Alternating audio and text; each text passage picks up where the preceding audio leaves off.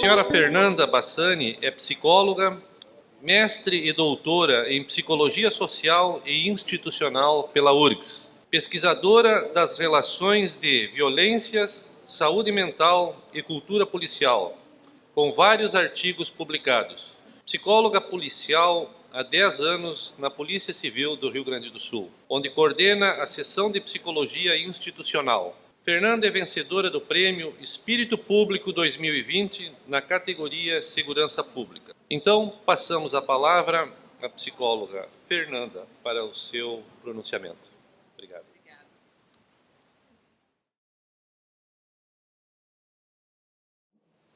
Bom dia a todos e todas. Todo mundo voltou agora mais disposto, imagino. Eu queria inicialmente agradecer ao convite do Sindicato da Polícia Rodoviária Federal para estar compondo aqui junto esse espaço tão importante que é a construção do Setembro Amarelo no Rio Grande do Sul, que é a prevenção do adoecimento mental e que é a disseminação, certo? A disseminação do conhecimento na temática de saúde mental entre as polícias, né? A gente teve 2 palestras brilhantes antes de mim, agora de manhã. Eu acho que 2 palestras que se complementaram muito bem. A palestra do Castanha nos trouxe muitos dados estatísticos, muita epidemiologia, e eu gostaria de frisar que no campo da segurança pública, tu ter pesquisas do nível que o policial Castanha apresentou é algo que eu chamaria de brilhante. Por quê? Porque não há um histórico de produção de dados de saúde mental na segurança pública. Não existem sistemas para alimentar, não existem protocolos técnicos para captar esses dados. Então, é um trabalho que se faz do zero, né? Então, eu parabenizo a Polícia Rodoviária Federal por ter conseguido construir esse edifício estatístico que tanto vai ajudar outras corporações, porque a partir de agora vocês vão poder, né, compartilhar com as co-irmãs e ajudar na construção de uma produção de saúde mental técnica, né, orientada por questões técnicas, é isso que a gente tanto quer. Queria também saudar a diretora Liege Pereira, do Departamento de Saúde da Polícia Civil, que aqui se encontra, e toda a comitiva da Polícia Civil, que também veio prestigiar, né? Eu acho que essa troca é muito importante. Pessoal do Exército ali atrás? Saudar o pessoal do Exército também. Muito bem-vindos. Bom, gente, nós tivemos, num primeiro momento, uma palestra de viés mais estatístico, mais epidemiológico. Depois, no segundo momento, com o psiquiatra Rossi, a gente pôde ter uma visão didática de como é que se produz o adoecimento mental, né? Numa metáfora muito interessante, que foi a da panela de pressão e das válvulas de escape. E agora a ideia é que a gente possa entender qual é o ar que a gente respira quando a gente adoece. Que ar é esse? Quando eu falo ar, eu falo cultura. Qual é o nosso entorno cultural que a gente respira e que acaba produzindo um comportamento que repetidamente leva ao adoecimento. Então, eu vou falar muito sobre cultura com vocês e a relação da cultura policial com a produção de determinados comportamentos psicológicos que, no final, vão repercutir em um cenário trágico que a gente está vendo atualmente. Bom, com relação à minha apresentação, já foi feita, eu queria só pontuar isso aqui, gente, Prêmio Espírito Público 2020. Por quê? Porque eu quero compartilhar com vocês. Eu acho que foi o Castanha que trouxe que nós fazemos uma série de pesquisas e nós fazemos muita divulgação do nosso trabalho, não é no intuito de nos promover, mas no intuito de tornar a pauta da segurança pública algo relevante no mundo. Tá? Então, considerando isso, eu quero compartilhar com vocês esse prêmio aqui. Ó, ele ocorre anualmente, ele é nacional e ele premia projetos e trajetórias dentro da segurança pública que se destacaram. Então, o pessoal da PRF, o pessoal do Exército, o pessoal da PM, todo mundo que tiver um projeto interessante pode se inscrever. E é importante que você se inscreva, porque geralmente esses prêmios eles são ocupados pelo pessoal da educação, da saúde, da assistência. Eles tinham tirado a segurança pública porque não tinham inscritos. não estavam aparecendo inscritos, como se nós não tivéssemos bons projetos. Nós temos, a gente só não tem o hábito de divulgar. Então, por isso eu deixo aqui a ideia para vocês. Bom, nós vamos falar hoje, então, sobre imagens e valores do policial, cultura policial e arquétipo do herói, saúde mental, entender que processos de trabalho podem ser protetivos e quais podem ser destrutivos, e, por último, procedimento justo, ou fairness, que é um conceito que os norte-americanos usam muito para falar de uma gestão justa. Quando a gente tem uma gestão policial justa, a tendência é que a gente tenha policiais subordinados em bom estado de saúde mental. Então, o papel da gestão na produção da saúde mental também é algo que eu quero enfatizar com vocês. Imagens e valores do policial. Eu começo aqui com essa imagem, né, de 2 PRFs, com essa frase: não existe mudança sem desconforto. Então, já de antemão, já na largada, a gente vê que a imagem do policial ela é associada à dor. O policial ele é acostumado a sentir dor. E a dor, de certa maneira, é um sinal de bravura para o policial. Isso já é algo que a gente tem que pontuar, porque quando a gente vai tratar com esse público, a gente vai tratar com um público que tem um limiar de dor muito maior, muito mais largo. Porque isso é valorizado na cultura policial. E aí eu trago para vocês a oração do policial. Eu gosto muito dessa oração, porque ela tem um tom épico e ela reúne aquilo que o policial considera mais significativo. Eu vou ler para vocês. Senhor, deste-me a missão de proteger famílias. Olhai pela minha enquanto cumpro minha árdua missão. Dai-me hoje, Senhor, astúcia para perceber, coragem para agir, serenidade para decidir. Permita, Senhor, que em frações de segundos eu possa decidir com justiça, o que outros levarão horas para analisar e julgar. Que os ignorantes compreendam minhas limitações e a complexidade do meu serviço. Que eu tenha sempre a certeza do retorno ao aconchego do meu lar. Que eu ande pelo vale da morte sem ser molestado, mas se acontecer, não me deixe entrar em desespero. Que meu inimigo seja meu precursor, mas se eu tombar, ó Senhor, que aconteça rápido e que seja cravado na sociedade que minha missão foi cumprida com dignidade acima de tudo. Então, o que a gente vê naquela oração? Além de ser uma oração muito bonita, né, ela nos traz os valores da cultura policial. Então, a gente vai ter ali honra, dignidade e coragem como fatores centrais dessa cultura. A gente também vai ter um outro grupo de características: astúcia, sagacidade, agilidade, força, vigor, uma certa malandragem também se espera, e um faro policial. Então, é valorizado dentro da cultura policial essa astúcia, essa rapidez, essa sagacidade em ler um cenário, em ler os personagens ali envolvidos e agir rápido. Heroísmo, senso de missão. Policial não trabalha. Dentro da cultura policial, o policial não trabalha. O policial é um missioneiro, ele tem uma missão. Isso também já é outra demarcação que possui efeitos muito importantes no psiquismo. Porque se eu não tenho um trabalho, se eu tenho uma missão, significa que eu não posso parar nunca, não é mesmo? Quem trabalha, trabalha das 8 até as 6. Quem tem uma missão, está entregue a essa missão. Não pode parar. Então, é uma cobrança que a cultura policial estabelece sobre o policial e que ele começa a se colocar também dentro dele essa cobrança. Policial é alguém que tem que ser vocacionado. Esse é um outro valor muito importante. Se diz assim, antigamente é que tinha policial bom.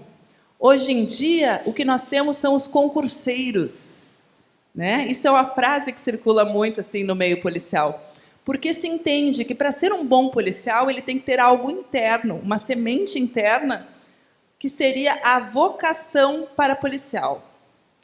Outro aspecto que circula com naturalidade dentro da cultura policial é a ideia de sacrifício, sagrado ofício, ou seja, é um ofício que é um sacrifício. E isso é entendido como naturalidade. Por fim, um outro grupo de valores seria aqueles envolvendo a proteção, né? É alguém que protege a sociedade, só que para proteger ele tem que estar sempre alerta e ele tem que desenvolver uma certa desconfiança e uma separação, o mundo dos policiais versus o mundo dos paisanos, né? O mundo dos civis. Se cria essa separação. Qual é o traço legal que diferencia a polícia das demais profissões ou demais profissões públicas, né? A polícia é o único ente estatal com autorização para o uso da força. Mas nenhum outro ente estatal possui essa prerrogativa. E isso faz toda a diferença. Eu dormir sabendo que eu posso usar a força contra outros seres humanos transforma o meu psiquismo, me empodera. E qual é a missão da polícia? Ao contrário do Exército, que constitucionalmente está estabelecido como a destruição do inimigo para proteção do país, as polícias têm um foco democrático, que é a proteção do cidadão, ou seja, as polícias elas não devem ser treinadas para a guerra. Quem deve ser treinado para a guerra é o Exército. Essa é a diferença. E o lema, então, a missão seria das polícias servir e proteger. Mas o que torna as polícias polícias? Qual é a diferença de uma organização policial para uma empresa de vigilância privada, por exemplo, ou de uma milícia? Qual é a diferença? Aí aqui eu trago uma imagem de um fotógrafo francês que eu gosto muito, e essa imagem acho que ela fala, né? O que a gente vê nessa imagem? O que vocês enxergam nessa imagem?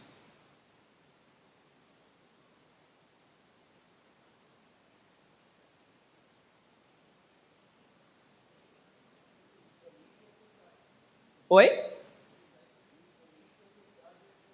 Imponência e autoridade. Ele conseguiu ler de longe. Imponência e autoridade, né? Então, é uma pessoa diferenciada. Ela traz uma autoridade diferenciada. Ela é imponente. E isso tem que estar visível. Ele não precisa abrir a boca para que a sociedade enxergue isso. É importante que um policial passe essa imagem? Claro que é, né, gente? Porque senão como é que a gente vai lidar com a violência, com o caos da sociedade, se a gente já não passar uma postura de autoridade? Então, os autores internacionais eles vão dizer o seguinte, eles vão colocar essas duas equações como centrais na construção de uma imagem, de uma ideia de polícia. Ela é alguém que tem o monopólio do uso da força, só o policial pode utilizar a força dentro de um país. E o exército, claro, para defender o território. Ela deve utilizar dentro da nação e ela tem uma autorização coletiva, né? A sociedade passa essa autorização do uso da força para o policial para que esse policial a proteja. Então, a partir daí, ele vai constituir uma autoridade perante o povo. Só que o policial ele tem que lidar com um drama territorial. Qual é o drama territorial do policial? Ele tem que equilibrar a autoridade com o perigo constante e com a pressão constante, porque a gente nunca sabe qual é a ameaça que o território vai apresentar para a gente. Então, é esse drama territorial que vai produzindo dentro do policial uma grande pressão. Qual é o nível de autoridade que eu tenho que apresentar para enfrentar essa ocorrência? Se eu me passar um pouquinho na autoridade, eu posso atrapalhar a ocorrência. Qual é o nível de força que eu tenho que utilizar nessa outra ocorrência? Será que eu não estou calculando mal? Será que o perigo não é maior? Existem pesquisas que dizem que os maiores acidentes de confronto ou acidentes com morte envolvendo policiais são em ocorrências de Maria da Penha. Que é justamente o tipo de ocorrência que o policial não calcula grande perigo. Então, vocês vejam como é complexo essa equação que o policial tem que fazer cada vez que ele entra numa viatura, cada vez que ele sobe em cima de um cavalo, cada vez que ele sai para fazer uma ronda na rua ou cada vez que ele recebe uma pessoa na delegacia. E aí agora a gente começa a se deparar, então, com as consequências psicológicas desse desafio gigantesco que é ser policial. Para que a gente construa aquela noção de autoridade, isso vai modificar o meu ego, isso vai modificar a minha personalidade. Se vocês pensarem, vamos pegar um exemplo aqui. Leandro, tu é policial rodoviário federal? Entrou há quanto tempo? 23 anos. Tu consegue lembrar como é que o Leandro era há 24 anos atrás? O que ele fazia, os passeios dele, o que ele gostava?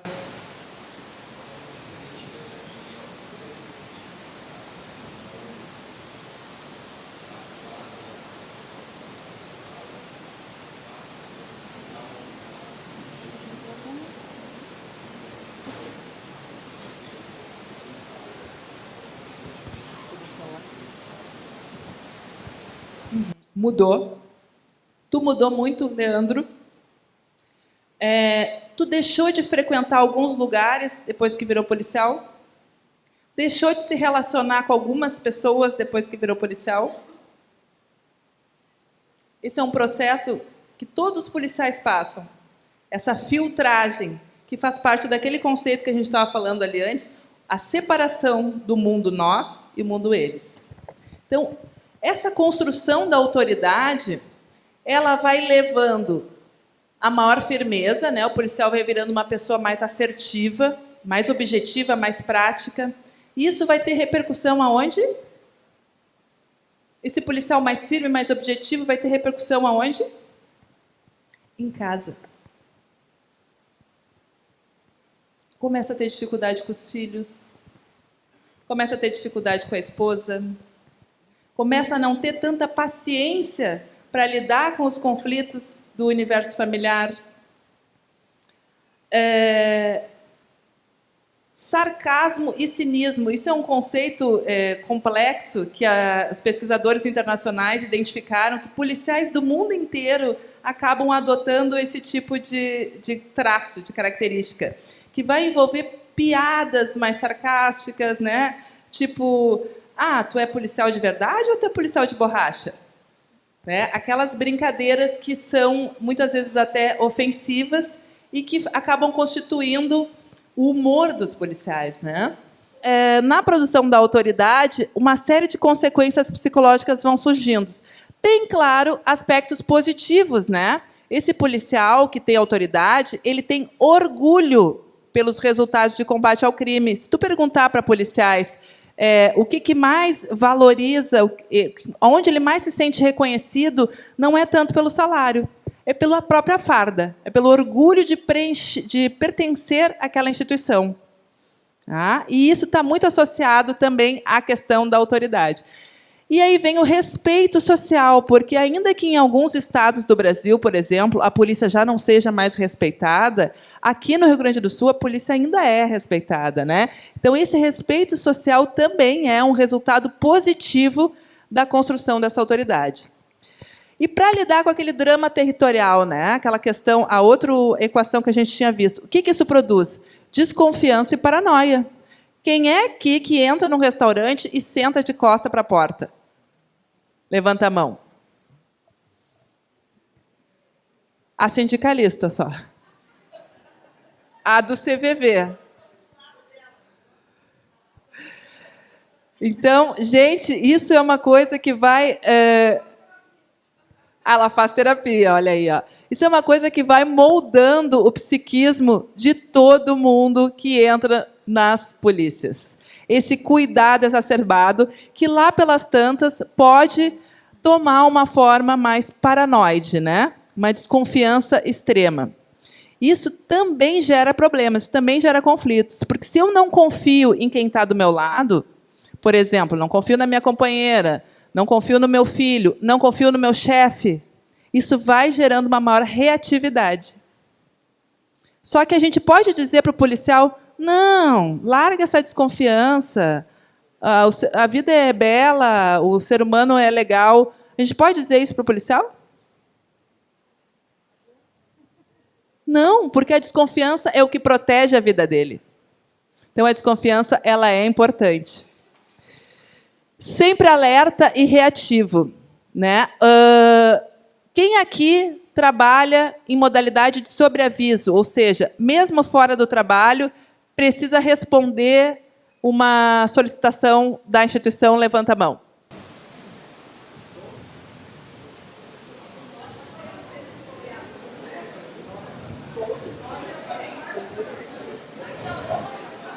Chamou, todo mundo vai. Tem sobreaviso no Exército? Tá. E aí, quem trabalha nessa modalidade de estar sempre atento para um chamado do seu trabalho, como é que vocês acham que fica o cérebro de vocês, os neurotransmissores de vocês? Liberando adrenalina e cortisol o tempo inteiro. E a adrenalina, gente, ela desgasta os órgãos, ela desgasta. E o corpo precisa de tempo para se recuperar. Então, se vocês não têm aquele momento de descanso, aquele fim de semana de tranquilidade, esse desgaste vai prejudicando a órgãos essenciais para a leitura das situações. E lá pelas tantas eu acabo reagindo de uma maneira mais violenta do que precisaria. Por outro lado, o aspecto positivo é que fortalece o senso de equipe e a solidariedade entre pares. Então, o que a gente sabe pelas pesquisas é que não existe nenhuma outra categoria profissional que tenha um senso de equipe tão fortalecido como os policiais. Se acontecer alguma coisa com qualquer policial aqui na Restinga, todo mundo vai acudir. Isso é uma característica também da categoria de policiais. E aí a gente entra no arquétipo do herói. A gente estava falando da cultura policial, né? E uma coisa que é central na cultura policial é o arquétipo do herói. Então, para vocês entenderem o que é a cultura policial, pesquisadores identificaram que o policial da China, o policial do Uruguai, o policial da Rússia é muito semelhante. Não existem grandes diferenças. A cultura policial ela é tão forte que ela se sobrepõe à cultura do país. Então, por isso que a gente costuma considerar esse fator como essencial para o desenvolvimento de qualquer programa que a gente vai fazer de saúde mental nas instituições. E o que é central dentro da cultura policial é aquilo que o Castanha já tinha dado uma introduzida, que é o arquétipo do herói. Então, o policial ele se enxerga como um herói, uma pessoa que tem uma missão, uma pessoa que tem uma sociedade a proteger, e, de certa maneira, eles não estão errados, né? Vocês não estão errados, porque vocês são os nossos heróis, de certa maneira. O problema é quando o herói se sobrepõe ao trabalhador. Porque o herói não tem descanso nunca. Vocês já viram os heróis de histórias em quadrinhos, de filme? Como é que é a vida deles? Como é que é a vida do Wolverine? É uma vida saudável? Como é que é a vida do Superman, do Homem-Aranha? É drama em cima de drama, né, gente? É muito sofrimento. Então, a gente tem que poder reconhecer que vocês agem, vocês têm atitudes heróicas, mas vocês não podem se colocar no lugar do herói. Porque o herói não pode destinar atenção para suas próprias necessidades. E é essa armadilha que a gente tem que poder detectar e acionar o sinal de alerta, né? Acionar o sinal amarelo antes de cair nela. Então, o arquétipo do herói ele é um conceito construído pelo Jung. São imagens universais que residem no inconsciente coletivo da humanidade. Por exemplo, existe o arquétipo da princesa. Então, de repente, algumas mulheres se comportam meigamente, delicadamente, porque elas se identificam com o arquétipo da princesa. Existe o arquétipo da bruxa, né? Então, algumas mulheres são associadas ao arquétipo da bruxa. E existe o arquétipo do herói, que é algo que acaba atraindo muito a categoria dos policiais. É alguém vocacionado para uma missão de proteção, cuja coragem e determinação os fazem esquecer limites e necessidades. O lema que acho que exemplifica muito bem o arquétipo do herói é o missão dada, missão cumprida. O que esse lema quer dizer? Não interessa se eu vou ter recursos, não interessa se eu vou ter tempo, não interessa se eu vou ter equipe, missão dada é missão cumprida. E aí, como é que fica esse sujeito ao final da missão? Em frangalhos, né, gente? Porque ele não considerou uma série de outros recursos que são importantes para cumprir aquela missão. Então, a gente tem que estar o tempo todo fazendo essa reflexão. Quem está sendo convocado para atuar aqui? É o trabalhador ou é o herói? Fazer essa reflexão é algo que pode prevenir adoecimentos. O lado sombra do herói, e isso a gente pode ver nos filmes também, né? Wolverine mostra muito isso. O lado sombra do herói é que o uso excessivo da força acaba gerando uma perda de empatia, impossibilidade de mostrar fragilidades e uma impossibilidade de relaxar. Então, aqui a gente tem efeitos negativos da cultura policial, né? Essa questão do sempre alerta, ela acaba gerando uma desconexão na convivência familiar e uma reatividade diante de situações que exigem reflexão e calma. Nem tudo na vida é agir rápido. Às vezes a gente precisa refletir um pouco mais. E na polícia a gente está acostumado a agir rápido, né? Chegou o chamado, chegou a solicitação por WhatsApp, a gente sai correndo. Só que na vida pessoal, na vida familiar, na vida social, a gente precisa de um tempo para refletir. Então, uma das características do sempre alerta é ele atrapalhar a convivência familiar por conta dessa reação rápida. Agora eu vou tocar num ponto delicado. A cultura policial que estimula a firmeza e a hipermasculinização, ela acaba, e há pesquisas que mostram isso, contribuindo para relacionamentos extraconjugais. Traições. Acho que esses autores devem estar enganados, né, gente? Devem ter se confundido. Por quê? Porque eu preciso sustentar esse personagem, né? Eu preciso sustentar esse super-homem, sustentar essa imagem. E, para sustentar essa imagem, eu posso vir a desenvolver comportamentos extraconjugais. Além disso, o policial ele fica mais tempo com a sua equipe de trabalho do que com a família. Isso também pode gerar um comportamento de distanciamento da família, né? Por fim, também há pesquisas que dizem que há um processo de descarregar as tensões, né, essa adrenalina da violência, de lidar com o crime o tempo inteiro, pela via da sexualidade. E também essa necessidade de hipermasculinização gera o superendividamento. Por quê? A pessoa, o supermacho, né, o herói, ele não tem limites. Ele é o provedor. Se ele tem 1, 2, 3 famílias, ele vai prover as 3 famílias, porque ele é o cara. Lá pelas tantas, é uma pessoa que está com 3 pensões na folha de pagamento, está com não sei quantos empréstimos, e a vida virou uma bola de neve. Isso tudo tem relação com a questão da hipermasculinização, na questão do arquétipo do herói. E o senso de equipe, que é algo muito positivo, também pode se tornar algo negativo, à medida que estar com a minha equipe é mais gostoso do que estar com a minha família. A liga subjetiva que me une aos meus colegas acaba fazendo mais sentido para mim do que estar com meu filho, por exemplo.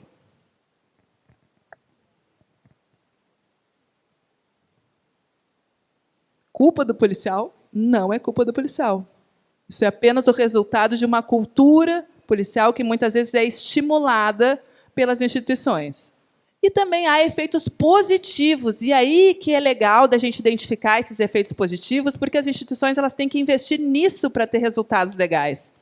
Então, a solidariedade entre pares, né, que eu já havia falado para vocês, o apoio da equipe produz segurança e conforto emocional em meio ao desamparo institucional. Então, uma coisa muito legal para trabalhar com policiais é sempre em grupo, é construir trabalhos em grupos. Acaba tendo resultados mais positivos do que atendimentos individuais. E essa coisa do orgulho de pertencer também é importante, porque muitas vezes a gente pensa que o estímulo financeiro é o que vai motivar um policial. Mas, muitas vezes, o que ele quer é um ritual e uma prática de pertencimento que faça sentido para ele. Às vezes, um voto de louvor, né, ou um momento como esse, né, um congresso, enfim, são momentos que podem ser mais... terem resultados mais positivos do que a questão financeira. Claro que as finanças são importantes. Então, quais são os processos mentais no trabalho, né, no ambiente de trabalho? Às vezes, nós temos processos que são protetores, que favorecem o nosso desenvolvimento, e processos que são destrutivos. Quais seriam os processos protetores? É aqueles que favorecem as nossas defesas e os nossos suportes. Construem uma orientação favorável para a vida. Então, quando eu tenho um talento, vamos supor, a Júlia, policial civil Júlia, ela é nutricionista. Se eu aproveitar o talento dela no ambiente de trabalho, como é que tu vai te sentir, Júlia? Valorizada. Motivada. Então, algo que eu construí individualmente na minha vida está sendo aproveitada pela minha instituição. Então, isso produz uma proteção ao psiquismo. É um processo de trabalho protetivo. E quais seriam um exemplo de processos críticos destrutivos? É aqueles que geram privação ou deterioração humana. Supervisão com pressão. Quem aqui nunca passou por aquela coisa de... Fulano, Caiane, minha estagiária, já passou. Caiane, o relatório aquele que eu te pedi está pronto? Aí, 5 minutos depois, o relatório está pronto? Esse processo, ele não ajuda em nada. E, às vezes, a gente, nas nossas instituições, acaba passando por essas cobranças repetidas que nos criam, ao invés de criar uma motivação no trabalho, acabam criando uma sensação de desconexão com o trabalho. É como se aquele outro não confiasse em mim. Alguém está se identificando? Que bom. Adoecimento mental nas polícias. Eu disse que eu ia trazer poucos dados, né? Até porque o Castanha trouxe dados maravilhosos. Nós temos uma prevalência de 43,75% de estresse na polícia, entre os policiais. É um índice muito alto. Se nós pegarmos, então, 10 pessoas da polícia, pelo menos 4 vão estar com sintomas de estresse. O que é esse sintoma de estresse? Insônia, ansiedade, obesidade, cortisol alto. Uma coisa que eu recomendo a todos vocês é que meçam o cortisol de vocês, que é o hormônio do estresse. Aí tem como a gente ter um termômetro bem interessante de como é que está o equilíbrio, né, do corpo físico e mental. A partir desse hormônio, aí eu já peguei vários casos assim de estresse bem elevado. O estresse, ele reduz a produtividade, a concentração, o raciocínio lógico e a tomada de decisões, muito necessária na função. Vocês imaginam, uma pessoa sob estresse, numa ocorrência policial, ela vai reagir muito mais rápido e ela vai reagir com muito mais violência.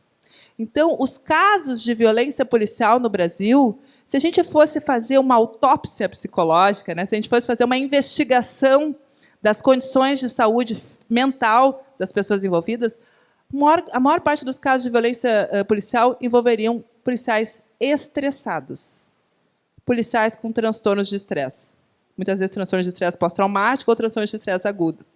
Daí a importância da gente dar atenção para a saúde mental. As mulheres, numa pesquisa do Benedetti, eram as que tinham maior prevalência de estresse dentro das polícias. Talvez por conta dessa necessidade de conjugar, né, o trabalho policial com a família, com os filhos, né, acabavam se sobrecarregando. Mas não são as que mais se suicidam, não são as que mais se autoagridem. Por quê? Se elas são as mais estressadas, por que elas não são as que mais se suicidam?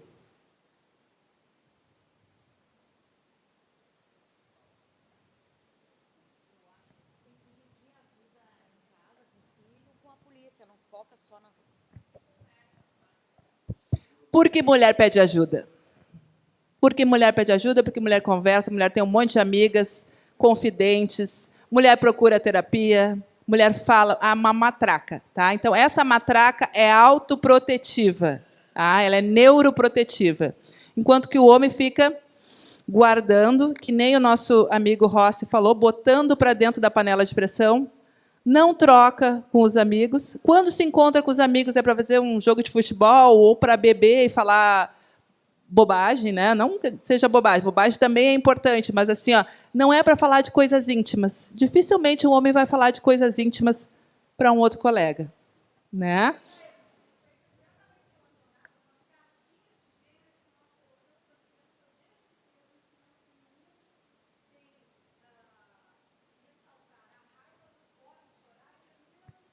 Perfeito, perfeito.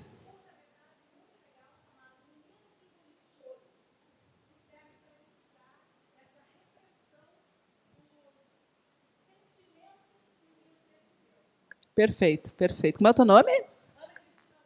Ana Cristina, muito obrigada pela contribuição. Quem quiser ir contribuindo também fica à vontade.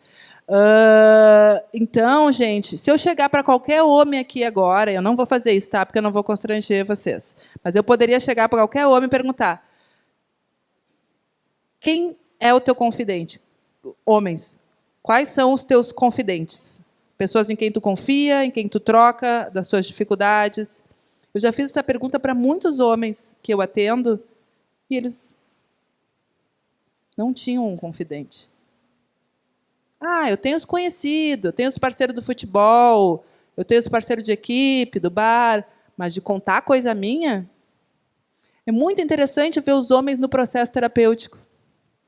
Eles ficam muito impressionados, muito assustados com aquela coisa de poder falar tudo, né? Eles nunca fizeram isso. Então, é bonito de ver uma autodescoberta de que eu posso confiar numa pessoa para contar coisas íntimas de dor. Já as mulheres têm isso já produzido social e culturalmente desde pequenas, né? Policiais operacionais, mais estresse que os policiais administrativos. Por quê? Por conta do constante estado de alerta e essa hipervigilância botando os níveis de colesterol lá para cima. Então, aquele policial que vive na rua, né, policial mais operacional, tende a ter um nível de estresse mais alto. Aí, com relação ao suicídio de policiais, de 2015 a 2024, houveram quase 1.000 suicídios de policiais. Houve um aumento de 283% em menos de uma década. E aí o dado que eu considero mais importante e que em todas as minhas entrevistas eu gosto de enfatizar, que na população o índice de suicídio é de 6 para 100 mil. Entre os policiais, o índice de suicídio é de 20 para 100 mil, ou seja, é 3 vezes superior.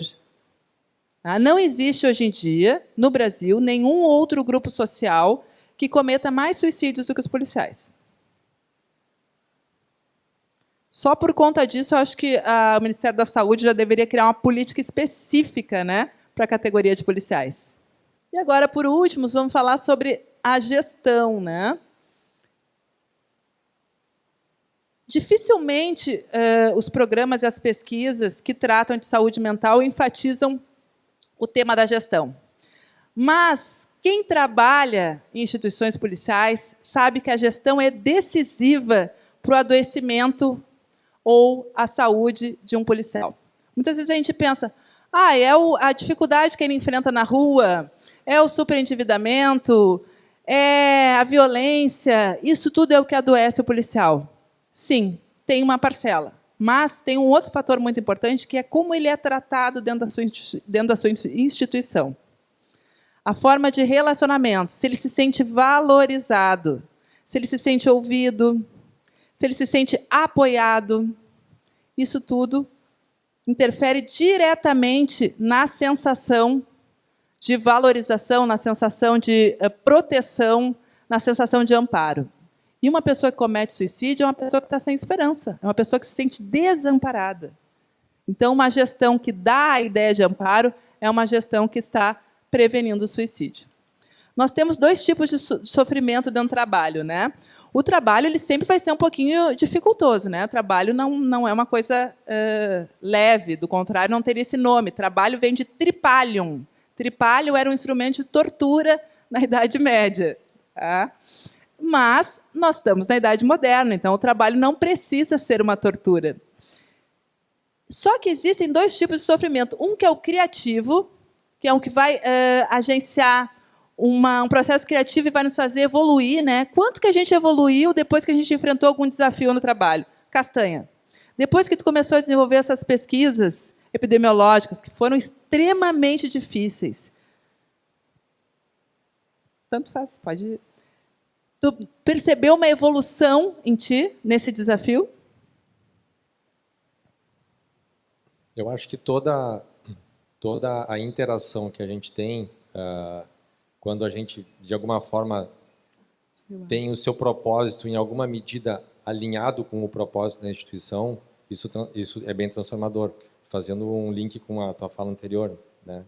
Então, ainda que, por exemplo, a gente enxergue lacunas e coisas que ainda tem a melhorar e a avançar nessa questão de saúde, mas é notório de que a gente teve as portas institucionais, como o Rossi falou, um ambiente muito fértil para que a gente pudesse trazer as ideias e a instituição acolher e a gente conseguir avançar juntos.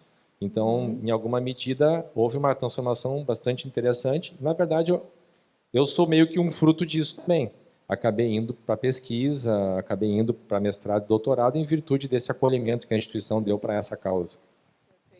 Que excelente esse depoimento. Então, vocês vejam, uma questão que poderia se transformar num adoecimento, né, uma exigência muito grande, que deve ter sido essas pesquisas, poderia ter te levado a adoecimento, mas como tu te sentiu amparado pela instituição, te sentiu amparado pela gestão, isso se transformou em evolução. Isso se transformou em sensação de valorização, de bem-estar. Então, o amparo da gestão vai diferenciar um sofrimento criativo de um sofrimento patológico, aquele que vai virar doença. Tá? Por isso que eu faço questão de trazer isso aqui. Então, o sofrimento patológico é quando os recursos de ego falham diante dos desafios, empurrando o sujeito para um sentimento de incapacidade, que pode acabar gerando sintomas psicossomáticos, ou tristeza, raiva e desesperança, repercutindo em outras áreas da vida. Aqui é um exemplo só de uma outra pesquisa que eu fiz, que é sobre os desafios na Polícia Civil, né? Aí a gente teria que ver os desafios na PRF, né? Então, lá nós temos a sobrecarga de trabalho, né? Um efetivo baixo, né? Um efetivo que está defasado. A questão do bullying e do assédio, que é uma característica da cultura policial em geral, não é uma prerrogativa da Polícia Civil. A questão das metas, né? As metas também podem acabar se transformando num fator que produz o adoecimento. A carreira dupla, esse distanciamento dos delegados com os policiais, e falta de padrões na gestão. Então, isso aqui foram apresentados como desafios que levam ao adoecimento. Nos Estados Unidos, existem uma série de programas que se desenvolvem dentro do conceito de procedimento justo. Então, eles identificaram que as ações dos gestores, quando elas são justas, neutras, respeitosas e técnicas, e que o policial se sente escutado, isso inspira aquele policial a confiar na instituição. E policiais tratados por seus superiores segundo o procedimento justo seguem mais as leis, os valores institucionais, são menos violentos, mais satisfeitos com o trabalho e têm menos problemas de saúde mental. Então, é um modelo dos Estados Unidos que a gente poderia trazer aqui como fonte de inspiração, que coloca a luz sobre o papel decisivo da gestão na produção da saúde mental do policial. E aí, o que aparece, então, como fatores protetivos? O que uma instituição pode ter para proteger a saúde mental dos seus policiais numa perspectiva de gestão? Transparência, né? Ter critérios técnicos para promoção, para remoção, flexibilização, flexibilizar o horário de trabalho, né, diante de incidentes críticos, estratégias de descompressão. Vamos supor, 5 aqui foram chamados uma ocorrência gravíssima, tá? Saíram correndo com o seu carro na BR-116, foram lá, fizeram o atendimento da ocorrência e voltaram para a base. Esse grupo ele pode passar por técnicas de descompressão. Você sabe o que é técnica de descompressão? Técnicas de respiração, técnicas de mindfulness. Exatamente para quê? Para baixar a adrenalina. É uma atividade que é feita no retorno, imediatamente no retorno do atendimento da ocorrência. Isso já vai trazer uma outra... O policial ele recobra o seu estado de normalidade. Porque as ocorrências dessas intensas, elas acabam tirando, né, o policial do seu estado de normalidade. Comunicação clara, possuir um planejamento estratégico com reuniões sistemáticas, manter canais de escuta ao servidor, formação humana, né, disciplinas que abordem questões de gênero, raciais, assédio moral, gestão humana, bem como autocuidados em saúde física e mental. Valorização, rituais e práticas de valorização do servidor, prêmios, votos de louvor, utilização de talentos internos, fornecimento de uniforme e treinamentos. É que aqui no Sul a gente tem muitas instituições não fornecem uniforme. Saúde, oferta de psicólogos, assistentes sociais, fluxos de trabalho e comunicação que estimulem o autocuidado e saúde, programas grupais, né, habilidades emocionais para relacionamentos saudáveis e crises afetivas. Uma pesquisa que eu fiz na Polícia Civil, com 543 entrevistas de triagem, eu identifiquei que 60% dos policiais que buscavam atendimento psicológico buscavam por conflitos nas relações conjugais. O que isso nos diz? Que esse policial está precisando de um acompanhamento, né, de uma psicoeducação que o ajude a lidar com seus relacionamentos familiares.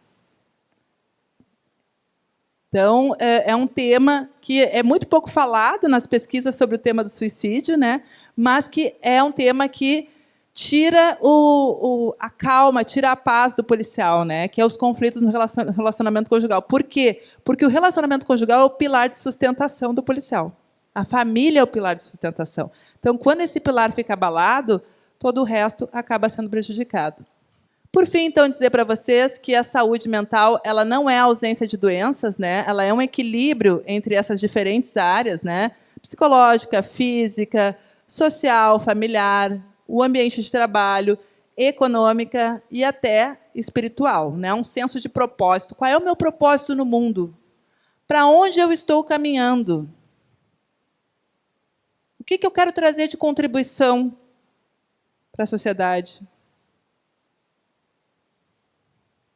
Aonde eu quero chegar? Quem eu quero ajudar? O propósito é um dos maiores protetores da saúde mental. Quem tem um propósito até cai, mas logo em seguida levanta, porque tem que seguir o seu propósito. A grande dificuldade é identificar o propósito, né? Isso aqui é a roda da vida, tá? Eu costumo usar com os meus pacientes, e aqui a gente vai ver uma série de áreas, né? Família, desenvolvimento amoroso, vida social, criatividade, hobbies, plenitude, felicidade, espiritualidade, saúde, desenvolvimento intelectual, equilíbrio emocional, realização e propósito, recursos financeiros, contribuição social. Então, você pode marcar de 1 a 10 qual é o seu nível de satisfação em cada uma dessas áreas. E aí tem como você ver quais as áreas da tua vida que está pior. Quais as áreas que estão capengas. É nessas que eu tenho que me dedicar. É nessas que eu tenho que prestar atenção. Certo? E a saúde mental ela é um equilíbrio em todas as áreas. Eu não posso estar excelente na profissão e com a minha família em crise absoluta, né? Ou com a minha saúde física prejudicada. Tudo tem que estar em equilíbrio. Por fim, a mensagem que eu queria deixar para vocês é: o maior herói é aquele que aprendeu a se salvar de si mesmo. Porque internamente, pessoal, nós temos auto-boicotes que são muito prejudiciais.